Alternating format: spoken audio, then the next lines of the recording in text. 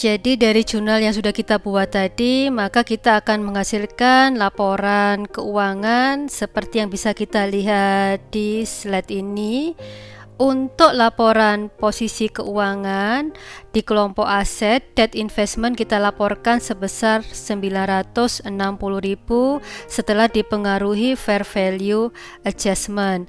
Kemudian di ekuitas dilaporkan accumulated other comprehensive income yang diceritanya tadi menunjukkan adanya loss sebesar 40.000.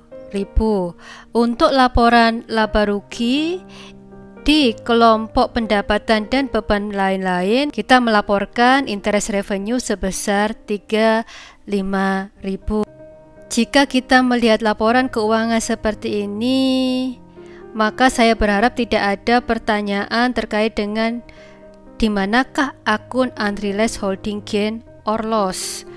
Karena kita sudah bahas tadi, unrealized holding gain or loss itu sudah masuk ke dalam accumulated other comprehensive income. Contoh soal yang sudah kita bahas tadi berhubungan dengan penerapan fair value karena perubahan tingkat bunga pasar sebesar 40.000. Untuk investasi yang tergolong held for collection and selling serta investasi yang tergolong trading, mereka kita laporkan sebesar fair value. Kenapa fair value mereka berubah? Karena ada perubahan tingkat bunga pasar di akhir periode, sehingga kita melakukan jurnal penyusian yang melibatkan unrealized holding gain or loss dan fair value adjustment. Nah, sekarang bagaimana jika perubahan nilai itu karena kondisi debitur? Di slide ini ditunjukkan bahwa perubahan 40.000 itu disebabkan karena adanya perubahan sebesar 10.000 karena market interest rate yang berubah. Kemudian sebesar 30.000 itu karena kondisi debitur yang sedang menghadapi masalah keuangan sehingga kita perlu melakukan impairment. Sehubungan dengan itu, maka perlakuan akuntansi kita ada dua. Untuk yang pertama ini lebih terkait dengan fair value adjustment. Kemudian yang kedua itu nanti akan kita terapkan perlakuan akuntansi yang mengarah pada impairment. Akhirnya berdasarkan ini nanti jurnalnya akan ada dua jurnal, yaitu jurnal yang melibatkan fair value adjustment dan jurnal yang melibatkan impairment. Nah, di sini jurnalnya digabung menjadi satu ini. Untuk yang 10.000 kita akan menerapkan fair value adjustment, nilainya akan turun sehingga unrealized holding gain loss untuk ekuitas debit sebesar 10.000, fair value adjustment kredit 10.000. Sedangkan impairment kita membuat jurnal yang berhubungan dengan impairment sehingga jurnalnya loss on impairment sebesar 30.000, kemudian credit allowance for impaired debt investment sebesar 30.000.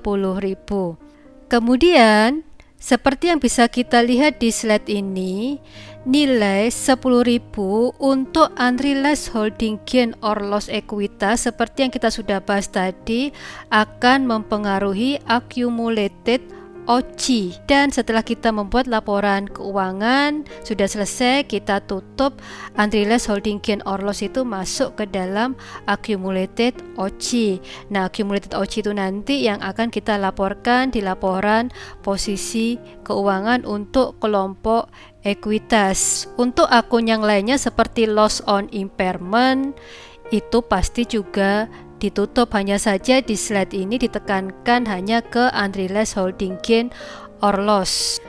Berdasarkan jurnal yang sudah kita buat, maka kita akan menghasilkan laporan keuangan seperti yang bisa kita lihat di slide ini. Nilai debt investment sekarang menjadi 960.000 yang berasal dari pengurangan sebesar 20.000 dari dampak fair value adjustment yang dalam cerita ini tadi kan mengurangi nilai debt investment. Kemudian dipengaruhi dari jurnal yang melibatkan allowance for impaired debt investment sebesar 10.000 karena allowance kan mengurangi nilai debt investment.